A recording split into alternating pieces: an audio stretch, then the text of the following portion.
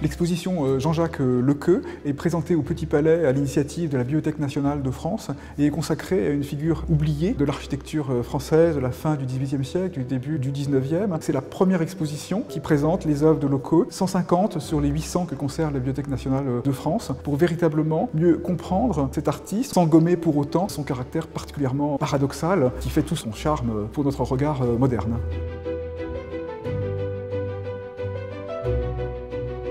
Le portrait est un élément important dans l'œuvre de Lequeux. Un d'entre eux est particulièrement intéressant puisque ce représentant en architecte reconnu, c'est en fait un portrait rêvé de lui-même qu'il nous laisse. Mais ce qui est peut-être plus intéressant dans l'œuvre de portraitiste de Lequeux, ce sont ces 5 magnifiques grimaces qu'il réalise en se prenant lui-même comme modèle et il tente de restituer les émotions humaines. La plus emblématique peut-être de la série, c'est la grimace du grand bailleur.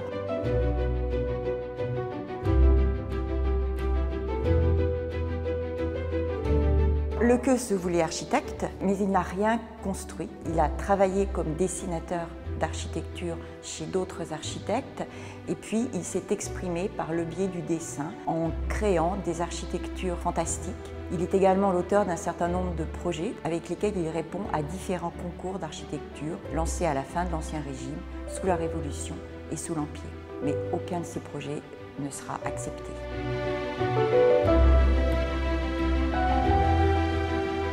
Les parcs de l'aristocratie de la fin du XVIIIe siècle sont des jardins à l'anglaise où la nature peut s'exprimer. On a des murs qui peuvent paraître des peaux humaines, des taillis qui ressemblent à des architectures, à des murs de pierre, mais également parfois à des pilosités humaines.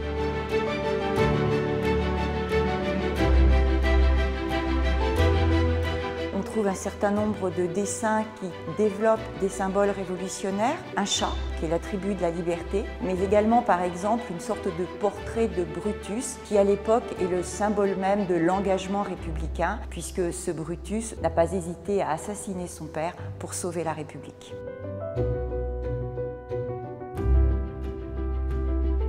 Dans les dessins clairement érotiques, il affronte là de manière totalement directe ses fantasmes. La plus transgressive, c'est cette religieuse au visage de pierre, soulève sa guimpe, dévoilant ainsi sa poitrine, et la guimpe dans sa main droite se termine en sexe masculin. L'affiche résume bien ce lien étroit entre architecture, corps, érotisme et désir chez Lequeux. On y voit une statue sortir d'une niche, elle tend sa main vers un oiseau et le titre du dessin est « Il est libre ». Qui est libre? L'oiseau ou peut-être le désir de l'artiste?